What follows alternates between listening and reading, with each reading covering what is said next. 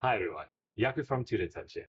In this video, I will be going over the Bytello AI content filtering system, just explaining what it is and showing you some practical examples as well. So essentially, the Bytello content filtering system is just a system we put in place to make sure that when you are using the AI, that the content you receive is not inappropriate and will be safe for consumption off of you within a school environment or if your students are playing around on the panel. So essentially how it works is we'll give it a command or we'll ask it a question. It goes from precise assessment to a comprehensive evaluation. If the evaluation is up to our standards, it will be passed and the content will be displayed.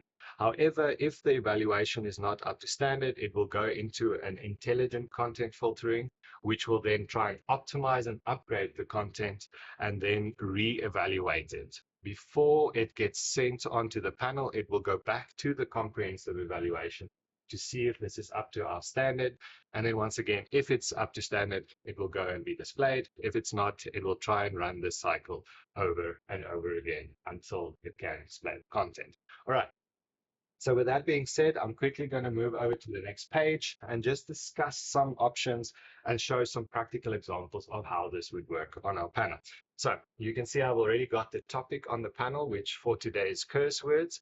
We've tried to use it with a very general term. However, I have done testings, quite in-depth testing about very sensitive subjects and words that we have floating around at the moment, and none of that content or subjects will be allowed to be displayed on the panel. So I'm going to start just quickly running through two options that will actually display something for you. However, the AI will try and steer you away from this topic. So if I go to AI topics, what it will do is will generate some topics at the top there for me. And as you can see, this is in regards to curse words. However, it's trying to tell me that it's bad or it's steering me in a different direction. So if we look, language impacts, the effects of curse words on communication. Cultural context, how culture shapes curse words usage.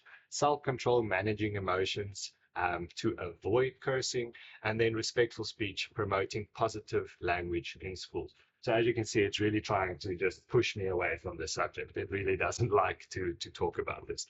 So just from there, I'm going to quickly click on AI again and go into mind maps. Now, what it will do is it will do something similar to with the topics. It will generate a theme about curse words. However, as you can see, it gives you some options or some topics here: cultural perspectives, psychological impact.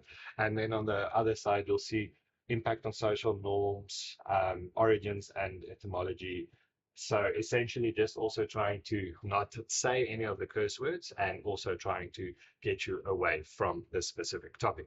Now, the other three options just won't display anything if you are scared that your students might be able to work around it. So the first one I'm going to do is I'm going to ask AI, which is like chat or DeepSeek. And as you can see over here, it's generated the content for me. However, it says it's inappropriate. Please revise and try again. So it won't show me anything regarding curse words. And if I get any more specific, it will just not show any content. If I close that and I open up AI search, which is essentially like Google Lens. If you look at the bottom there, it will tell you that there's no text or subject because it doesn't want to recognize any of that. So that's on the panel.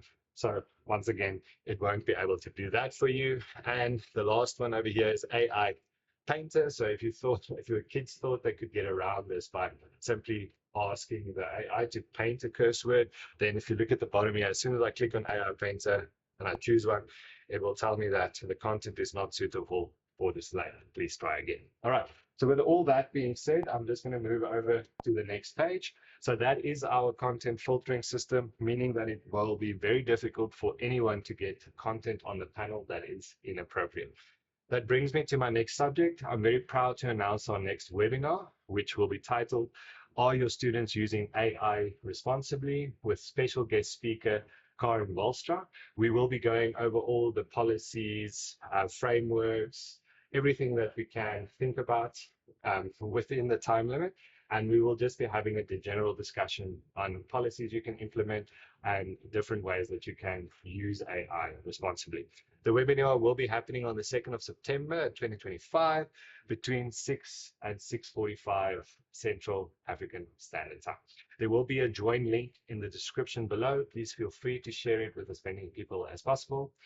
And then lastly, thank you so much for your time. Please follow, like, and share, and we hope to see you all at the webinar.